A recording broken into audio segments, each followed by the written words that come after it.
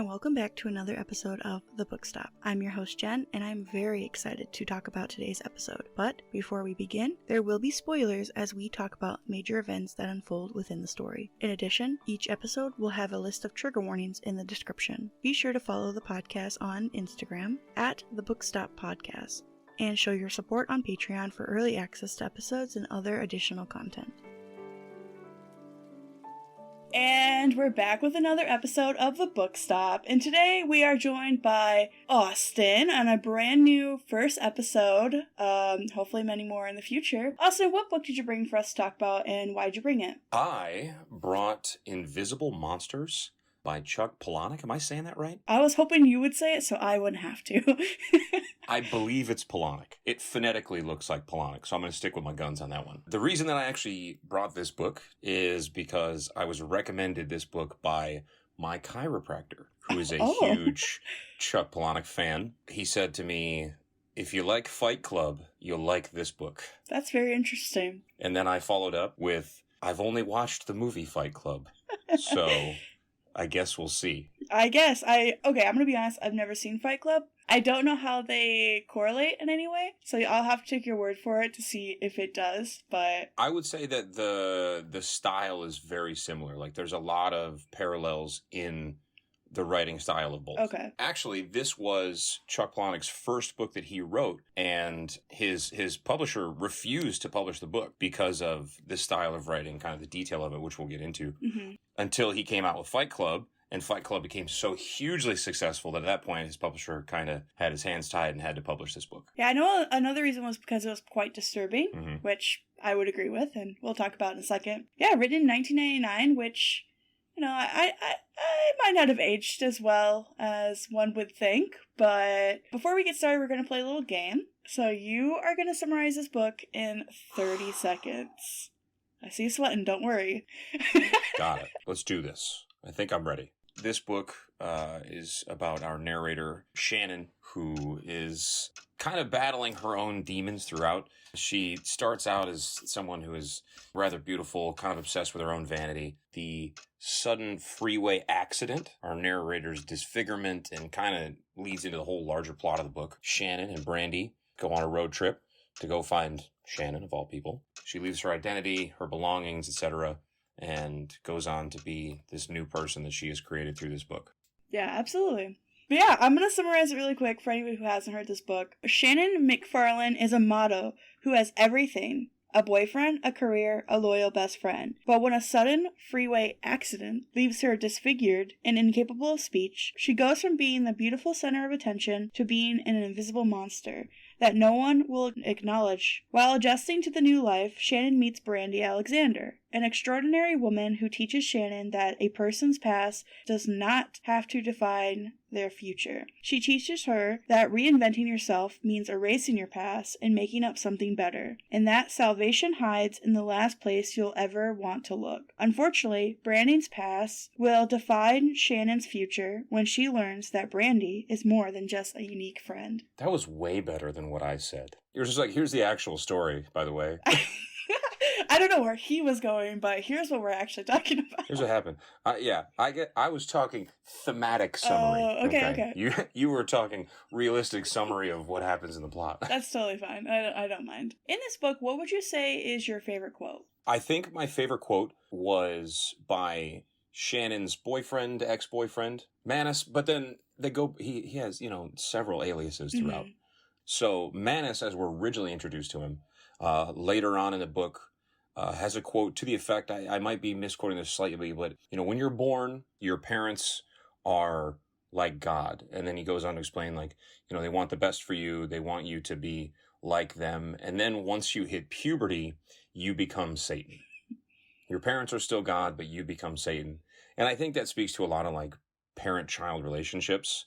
They kind of want to mold you in their image, as God would. And then the second that you get some free will and you kind of want to go do things off on your own, you're the bad guy. Yeah, that's a great quote. Yeah, I think a lot of the quotes that are in here that kind of a little insane. It doesn't seem normal, but you're able to pick through some of it and find meaningful quotes that you're like, oh, okay, that makes more sense the more you think about it. The quote that I brought was, when did the future switch from being a promise to being a threat? Anybody at any time in their life could really relate to this quote. And I think the older that you get, the more that kind of hits you. Because when you're like a kid or a teenager, you have the whole future ahead of you and your parents shaping your future as well. And then when you get older, you're kind of hidden with this sudden realization that time is just quickly going away. And you're just like, oh, you have so much promise and all of this in your future, but now it's like you're running out and you need to hurry up and choose. And it just like fits with this book a lot too, because it's the fear of the unknown and not knowing what's going to be around the corner. So I think that also kind of fits pretty well. Absolutely. No, that's a good one. That kind of reminds me, I think, of probably what I would say is my second favorite quote. Mm-hmm. Brandy Alexander later on is talking about going through her change as a means of like making the most reckless decision she could possibly make. Mm-hmm. Like, it's the most reckless thing I could do. And she did it as a means of kind of, breaking out of the matrix. Don't fall into the same do good and be good things that everyone does. Kind of try to explore like living a real life. And she says like this is one of the realest things you can do is just break the mold. Yeah. I feel like that fits for both of them. Both of the siblings do that. I would say you don't find out it fits for Shannon until later on. You're like, oh, okay. Now I'm putting pieces together. Honestly, this was definitely a book that it took me getting to the end of to even remotely understand what was going on the whole time. Yeah, absolutely. And I think that was definitely intentional, but there was some parts where it felt kind of reckless. Before we get into that, what are some things that you liked about this book? I enjoyed, even though I say that I didn't know what was going on, I did enjoy the fact that it was kind of bouncing around in a sense that it kept me locked in, kept me interested, because for the most part, there were times where I think I kind of had an idea what was going on. Like it was alluding to certain things coming up later on. But for the most part, I did not know what to expect from this book. That is what kept me interested, because if I'm reading something, if I'm watching something, if I'm listening to something, if I can predict what's going to happen coming up soon, I'll lose interest pretty fast. But this was really on the complete opposite side of the coin. I had no idea what to expect, and I was kind of just looking forward to what was coming in each chapter. Yeah, he was very good at hiding everything, which is something I also really liked. I know it's really hard to do as well, because you don't want it to feel like he was just kind of filling it with like filler, empty space, but also trying to give each portion its own like importance to it. And that's why when you said you wanted to go back and read it, I also agree. Like the first thing I want to do is like pick it back up, read through it, and see what I missed the first time. Absolutely. Well, so one thing that I noticed that he did several times throughout the book, and I thought this was a really interesting way of doing this, is there were flashbacks that would go back to the same period of time. He would talk about the same period of time once, twice, maybe three times. But every time he would go back to it, there would be slightly different detailing, maybe different dialogue. So it's like I was, that much more interested, because I knew from previous interactions like that it was going to be something different that I think I would want to pay attention to, because I'm like, okay, so the last couple times he did this, he said this here, but then the second flashback, he said this and talked about this. So that definitely kept me drawn in too. You start to not really believe Shannon because things are changing so much, and the dialogue changes and the perspective changes. You start to consider like what she's doing, and I think that helps us as readers to believe what happens to her at the end, with her revealing that she did it herself, because we start to like feel untrustworthy with her as the story progresses. Yeah, she definitely comes off, borderline pathological liar. Yeah, absolutely. Changing the details throughout, like it might be minute, but when you're altering your story and you're the one telling it, it does, as you said, it kind of builds the untrustworthiness, and you don't know if she's actually telling the truth or what actually happened, which definitely lends itself to the end of the book. I really enjoyed how detailed it was. I enjoyed the vivid imagery of the book, even though sometimes it was borderline upsetting. There were just some over-the-top details at times. Very graphic. Yeah, absolutely. No, extremely graphic. But I did enjoy it because, again, it's just something that those types of things, that's what keeps me interested. I don't know what to expect. It's something that's going to dive in more than just surface level, which I think would get me real disinterested very quickly. So just kind of seeing like what Chuck had up its sleeve for everything that was coming later on was something that kept me tied in. I have to like look over my shoulder because I think you're reading my notes right now. Because Because that's also what I said. That was the first thing that caught me, was how vivid the writing was. I really appreciate when authors do that and they take the time to really set the scene and describe it to you. So yeah, I really enjoyed his writing. I thought it was... Okay, I don't totally enjoy it. There were some stuff that I don't like, which we'll talk about in a second, but yeah, I thought it was very interesting. One of the things that struck me that I thought was really odd almost was when he would be describing like particular scene in very vivid fashion, but it would almost seem like then she would get distracted by talking about something else, talking about an article of clothing or something that's going on in the area, you know, just describing a part of the scenery. And it was always weird because we'd be, you know, in this graphic description of something else, and then all of a sudden it seems like she would just fade off. Still equally as detailed, but just fade off completely from what the previous description was, and then fall into something far more tame than what she was talking about beforehand. Yeah, it was interesting. Overall, I enjoyed it. Overall, I think it was a really enjoyable book. A highly, highly recommended read. I need to read it again, and I'll probably be able to come back. We'll circle back, you know, on the next pod. I'll give you 5 things that I didn't realize about the book the first time I read it, and I'll recap them. That'll be the lead into our next pod. Perfect. Honestly, you could do like a redo, because there's just so much in this book. It's crazy. Yeah. Well, did you say that this was a little bit longer than the typical books that you read for the pod, or was this kind of... No, this is about still in the wheelhouse? average. Yeah, average size. Oh, it's only like 300 pages, so it's not. Yeah, it's pretty short. Yeah. Yeah. I only say that because, for the listeners out there, I was told try to keep it short. We want to go for around 200 pages. I said, well, this is only a little bit longer, and I think you gave me a side eye type of look at the time. I wanted to make sure you were going to finish the book, okay? So I try to keep it short for you. Right. I got busy distracted doing some coloring in the meantime to keep my mind engaged, you know. Yeah, right. Can't read for too long. So some things that I liked, thank you for asking, was... It's your pod. You're the host. I really liked the chaotic beginning. Literally being, like, plucked out of your seat and just tossed into this scene of just the wedding and the fire and the shotgun and the shooting and, like, everything. You don't know anybody. You don't know who to believe, who to trust. Nothing. You're just thrown into it. No idea what's going on. And then you revisit it at the end of the book. I just really liked that. I think it was a good parallel and a good resetting the whole thing. Absolutely. And I really enjoyed the unnamed character, that you don't really know Shannon's name until the very end, which I didn't really even notice until I got halfway through and they started using her fake name, which was like Daisy St. Patience, I think. Yes. That was one of them. I think there was another one. I forget what it was, but yeah. Bubba.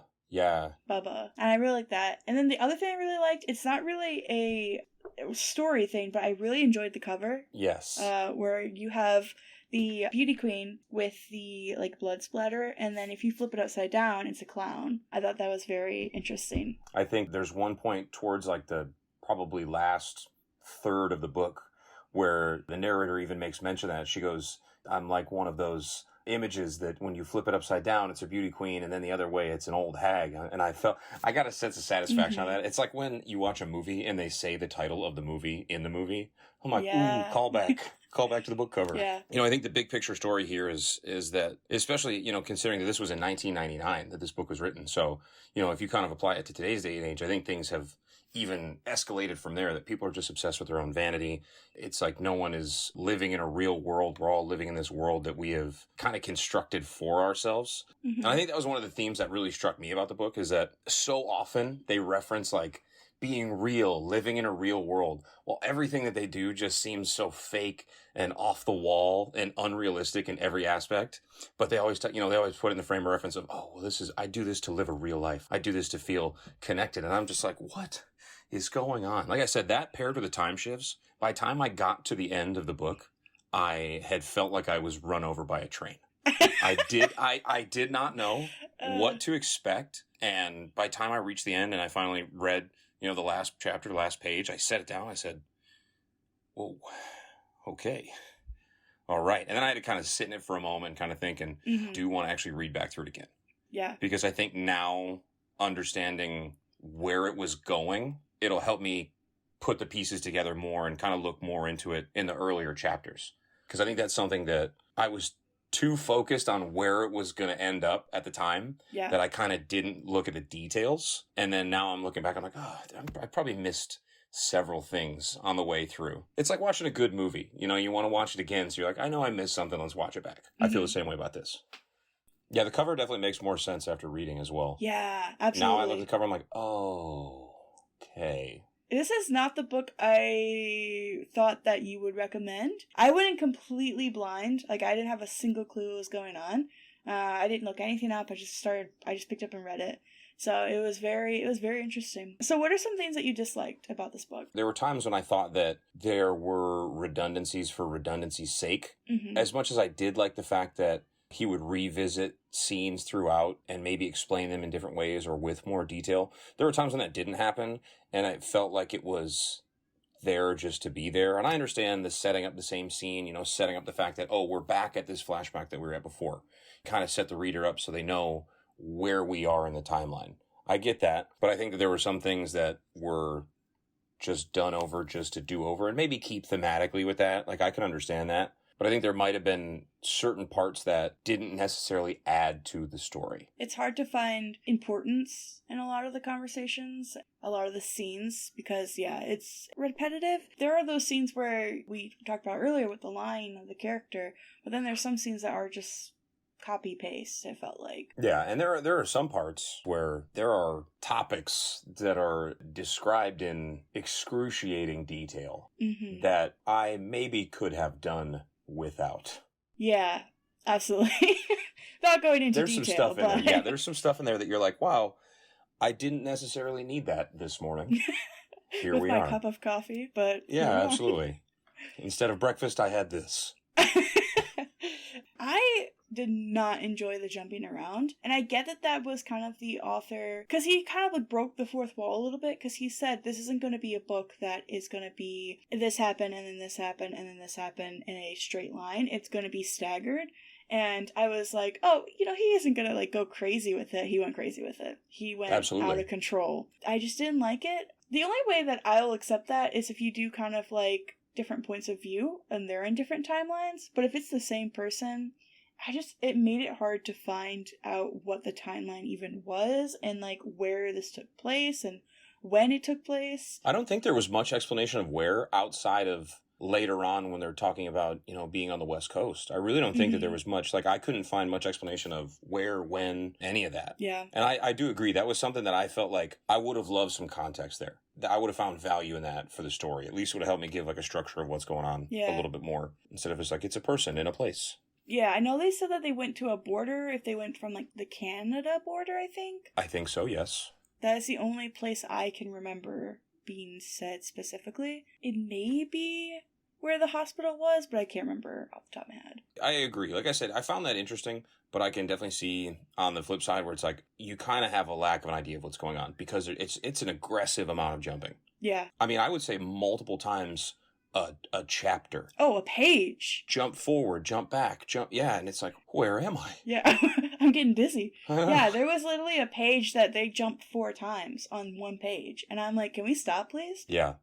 So the thing I want to talk about, the main thing I did not like was when we find out that Brandy is Shane. And I did not enjoy the misgendering towards the end. To an extent, I can understand that Shannon is kind of coming to terms with what's happening, and in her own internal monologue, she's trying to assess what's going on. And just for the listeners, so Brandy is the woman that Shannon met after she had her accidents, what we're going to talk about in a second. She met her, Brandy, through speech therapy, and then Shane is Shannon's brother. You find out later in the book that Shane is Brandy through the transition becoming a woman, so she is Shannon's best friend and like saved Shannon's life. But towards the end of the book, Shannon had a really hard time kind of getting the pronouns down correctly. So it would alternate between she and he constantly. And the same thing with Evie. Evie, yeah, Evelyn. Yeah, Evie is also transgender, and that's how Evie and Brandy met, was through like counseling for transgender group. And when Shannon found out about Evie was doing the same thing, like misgendering. Guess a tiny bit, tiny bit for the beginning, but then it just kept going, and I was like, okay, I don't love this. That was really not great. I didn't love it. So that kind of steered me out of the story a lot because it felt kind of insensitive in a way.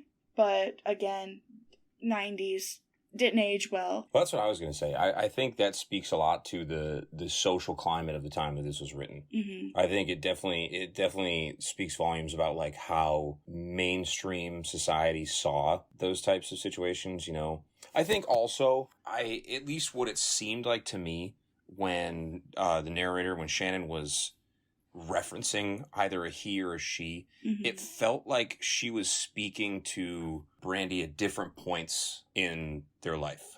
Mm-hmm. I think it felt like she was using he to talk about the past, which I understand the whole dead naming and all things like that, you know, obviously still not very socially aware, at least by today's standards.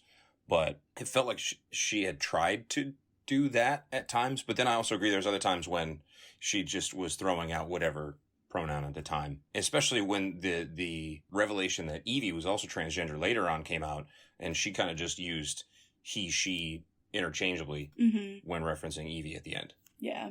Again, because of when it was written, it just didn't translate well and aged well, but it is a decent book, and I think it has a lot of really important topics in it, because like identity being fluid, with not only Brandy kind of coming to terms with who she is, but also Shannon as after, so we didn't even talk about the accent yet, but oh yeah, I know. there's like the whole thing, but it's another thing I want to talk about is like how that whole thing unraveled. I literally did not understand that she didn't have a jaw until I Googled it. I had to Google it. I was like, what's her issue? Like, why is she in the hospital? Because they never really flat out say she doesn't have a jaw until like really far in the book.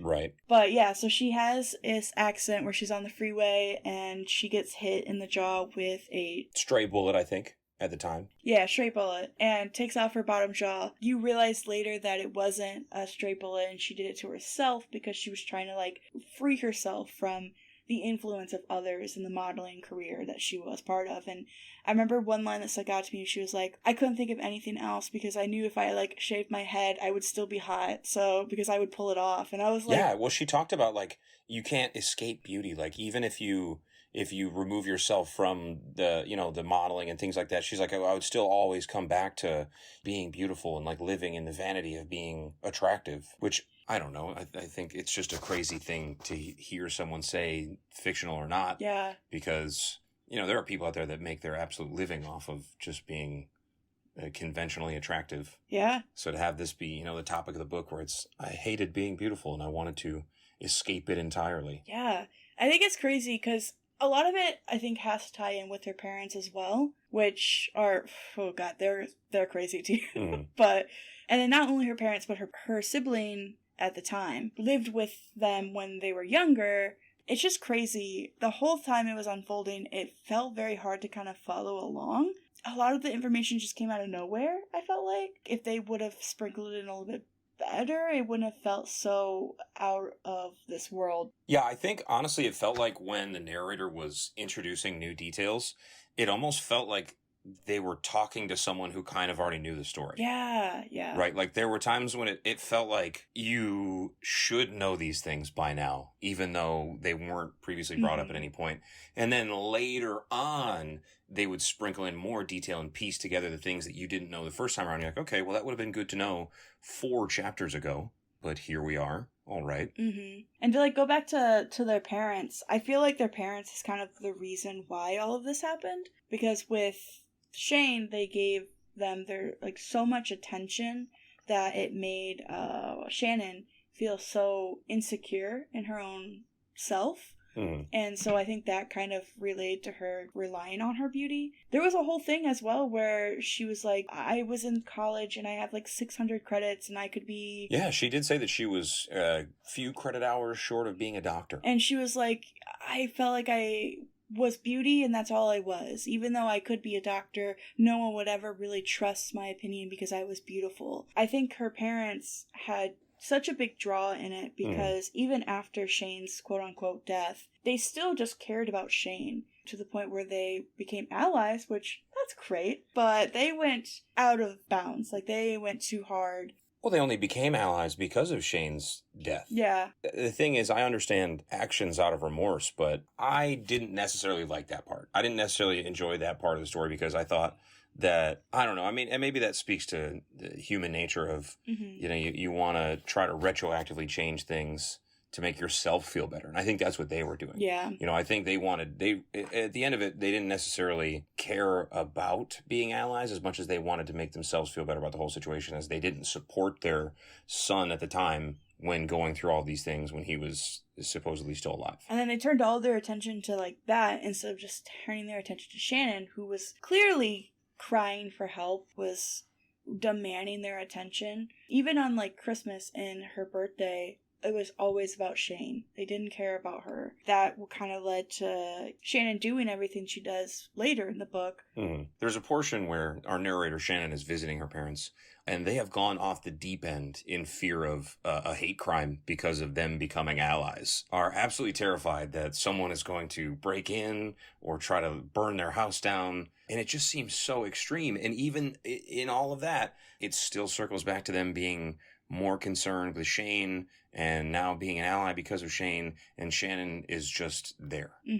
Almost ignoring the fact that it was her birthday. Yeah. It's like she didn't even exist because they were so worried about, all these other things that could be happening. And she's just like, hey, I'm here, by the way. Yeah, and that reminds me of the first phone call, because she didn't even reach out to them, like, right away after her accident. And without a jaw, it's kind of hard to talk. So she had called them, and she could only get out, like, noises at that point. And they were like, is this a hate crime? Are we getting hate crimed right now? And I'm like, what? I think he said, we're finally.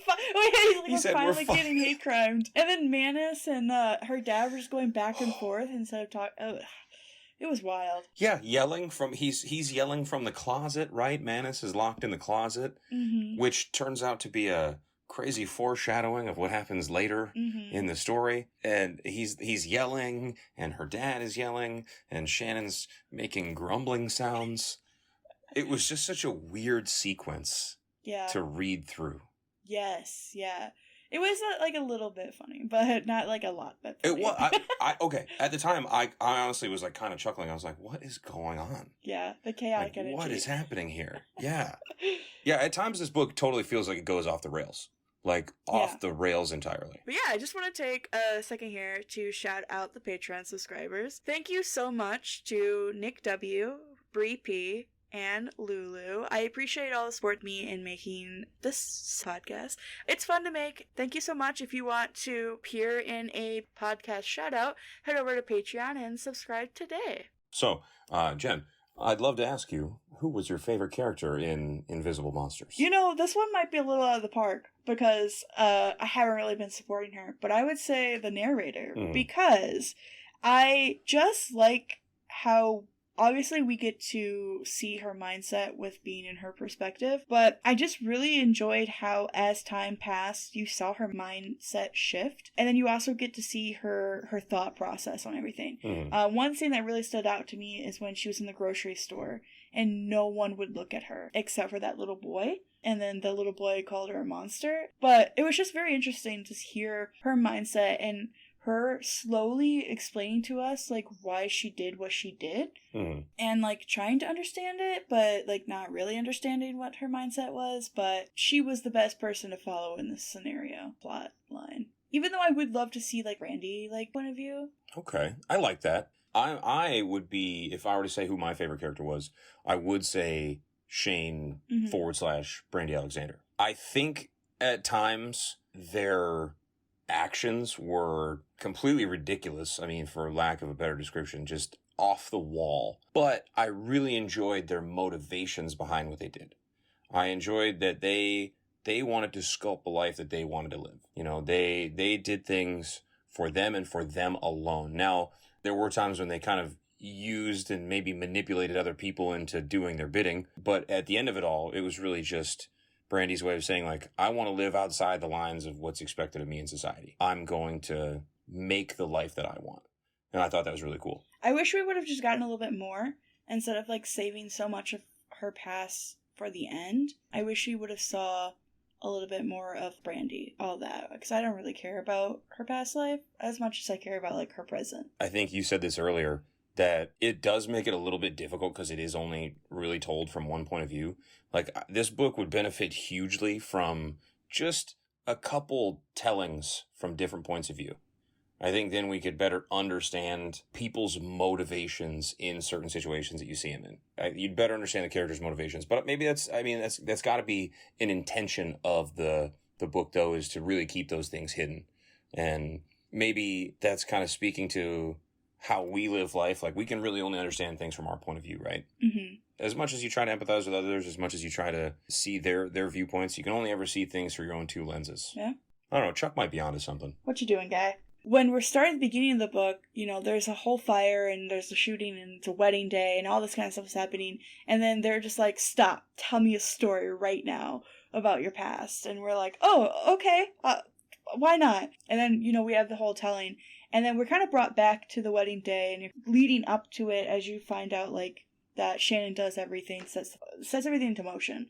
Like, when she started telling the story of that she shot herself in the face and to disfigure herself to, you know, break away from the societal beauty standards. Yeah. I was just like, pardon? I was like, what? Just to speak on that point, there's multiple points where she references the accident. And there was one point where she was talking about it and I thought to myself, I was like, this character is crazy enough that she probably did this on her own. And it was kind of a fleeting thought, and then we circle back to the, you know, plot twist ending. I'm like, she did do it. Because it just doesn't make any sense. Because how would she be on a freeway and a bullet just happened to go by? And I don't know. It makes sense now that I'm like rereading it in my head. I'm like, oh yeah, that totally makes sense. She would totally do that. Remind me again, why did Evie shoot Brandy? Evie shot Brandy because in our build up to the end, Brandy was actually going through her transition. All the surgeries that she was going through were to make her look like her long-lost sister, Shannon. So to Evie's knowledge, Brandy was Shannon. Right.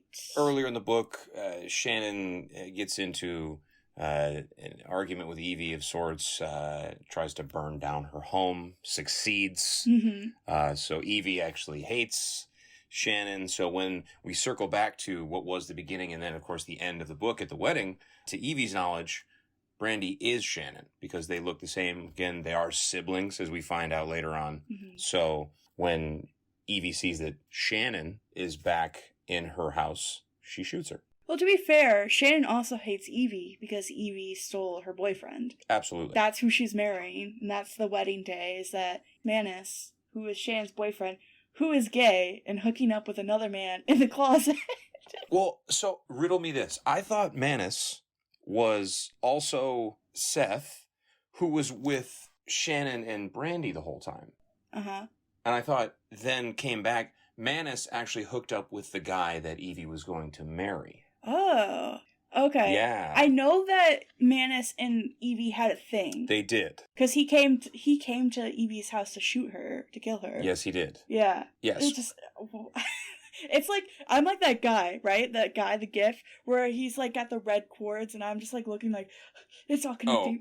Oh, you're Charlie Day from Always Sunny in Philadelphia. Yeah. Yeah, that's me right now. Trying to connect everything. Absolutely. So who would you say in this one is your favorite relationship? Okay. This is honestly tough for me, simply because I didn't necessarily love any of these characters. Like I said, Brandy was my favorite character. Mm-hmm. That's like picking the best smelling fart. Okay. They all were awful in their own right. But I would say my favorite relationship would have to be our narrator Shannon and Brandy. Just because I think that Brandy's viewpoint of life, like making life her own and kind of marching to the beat of her own drum, helps Shannon through the story understand that beauty isn't everything and that she can break free from this, societal expectation of someone like her who is beautiful and realize that that's not all she's valued for. I think Brandy kind of helps Shannon grow into her own as we near the end of the book, even though Shannon is plotting to have Brandy killed. Yeah. She actually hates her, but I do think that even though she hates her, throughout that, it's still, like, their relationship still helps her grow as a person. Yeah. Absolutely. I put down for mine Shannon, Shane, and Brandy. Shannon and Shane had a very rocky, difficult relationship. Shannon hated him and was always jealous. I feel like when Shannon met Brandy, it started out with a little idolization, like she idolized after her, but then soon it shifted into jealousy, and she started to get jealous of her. I think Brandy helping Shannon become her own self, become a new character, was vital for Shannon's survival. I think, with her jaw being blown off, it was all these kind of quick decisions, and without Brandy, I think Shannon would have never been able to live with that decision. I think it would eventually come back to haunt her, but with Brandy being there and helping her through it and helping her form a new identity, it saved her life, and she was able to continue on and be whoever she was while also giving away Shannon finally and completely to Brandy, who, takes Shannon's identity at the end. Yeah, that one definitely feels the most fleshed out of all of the relationships, because, like, I mean, Shannon and Evie, it's just that they, work together. They're models, they became friends. Shannon and Manus, Seth, like, they dated, and that's that. Like, so I definitely agree that that's the only one we really have any sort of deeper context to, aside from maybe understanding Brandy's relationship with Evie at the end, but that was really kind of a little blurb thrown in. Yeah, so do you want to play a little game? I would love to play a game. All right, so you are going to take some events that happen in this book and try to put them in order as best you can. This is starting to feel like one of those Saw games. Would you like to play a game? Would you like to play a game? This is that. But yeah, whenever you're ready, go ahead and try to put it in order as best you can. So, better question before I start. Are these happening in what would be considered chronological order, or order that they are discussed in the book? Yes. The order that they're discussed in the book. The order that we find out about it. I asked you 2 questions. You said yes. Yes. Yes, the order that we... So the order that we find out. I want to say that the first thing that we find out about is the unforgettable wedding. We're there. That's the open. That's where we start out. That sets the scene for the entire book. Following up, I want to say that the sudden freeway accident would be the second happening, because that leads us into, of course, our narrator's disfigurement. And from there, I believe that we go to getting an A in modeling school, as our narrator's giving some background of her life and talking about, I believe, her relationship with Evie is being described at this point. So that, I think that was the next thing. Here's where I get a little confused. I want to say that road trip to find someone who isn't lost is going to be our next occurrence, because Shannon and Brandy and Manus, Seth go on a road trip. So I want to say that that's next. Then the new Daisy St. Patience persona that Shannon takes on while they're on their road trip. Then the truth will set you free. And then leaving Shannon behind, as Shannon turns over her actual person and she says, "Hey, I'm not Shannon anymore. Brandy, you take this. You are me." How'd I do? I think you got like half of them. So the actual order is the unforgettable wedding as we open up. Okay. And then it's getting an A in modeling school. So we hear a little bit about them. So we learn about Evie when Evie comes to pick her up from the hospital and has her live with Evie. And then we have the sudden freeway accident. And then it's the new Daisy St. Patience. And then it's the road trip. And then the truth will set you free. And then leaving Shannon behind. So I think you just got some of them flipped. But honestly, I feel like they could be interchangeable. I was going to say, I got the last 2. And the first one. Well, and I very much agree. There's so many of these things that get talked about several times. Mm-hmm. Yeah. This whole story is just like a multi-braided rope that's all weaved together upon itself. Yeah. It's like a wicker basket. Like, it's not like a straight line. It's just a bunch of intertwined stuff. Yeah. Well, great job. Claps to you. Is there anything else that you want to talk about before we kind of close out? The only thing that I want to talk about, and this is something that I was interested after reading this book, was that there is a revisiting of the book. It's actually called Invisible Monsters Remix, which is, now that I've read this, I do want to go and read that as well, just to see kind of what the differences are. I mean, I don't really, I guess I haven't looked into it enough to know what to expect. But it is just a revisiting from the author to kind of go back and, shine more light on the story and give us a little bit more context, not only from the story itself, but kind of where he was when writing it. I think that would be really interesting to me to get a better understanding of kind of what his intentions were. Because I think there are a lot of things that, though interesting, lack a scope of understanding for me here. So having a little bit more background would be really helpful. So that's definitely something that, like I said, I want to read the book again, but I also would want to read that as well. I'm also interested because it shows a lot about the narrator's future of what happens after she gives Brandy her identity. So we get to see a lot about that. So I would want to know more about, like, where does she go after? It's like when you get to the end of a book or the end of a movie, and it's that thing that you're like, oh wow, here it is. Here's the climax of the story. But then instead of giving you like a happy ending, they just stop it where it is. Yeah. And I like a little bit of a happy ending. And it doesn't even have to be happy. I mean, knowing this book is probably not happy. It's probably another insane series of events, but at least it would give me a little, I could go to sleep at night knowing what happened. But I'm sure it's probably still absolutely insane. Oh, yeah. I'm sure it's just a crazy read. And they also have a graphic novel, which I did not know. So that's interesting. I feel like a graphic novel has got to be crazy. Just thinking about how vivid the imagery was with just words. Yeah. A graphic novel's got to be out there. I will not be reading it. No. I'm going to leave that one on the shelf. Well, we are sadly to an end here, and we have to say goodbye. But before we go, we are going to do one last thing. We are going to do a rating scale for this book, but we do a little bit different here on the Book Stop. We kind of make up our own thing. So I would give Invisible Monsters by Chuck Palahniuk 4 moments reminiscing in a raging fire out of 9. I think it had a lot of strong themes and a strong backbone, but I feel like the delivery was a little chaotic, so it was hard to follow for me. If it was narrowed down to a more specific path, it would be a lot more easy to swallow. But I did really enjoy, the plot twist was awesome. There's not many books nowadays that I can read where it doesn't completely, pull the rug out from under me. So I really enjoyed that, but yeah.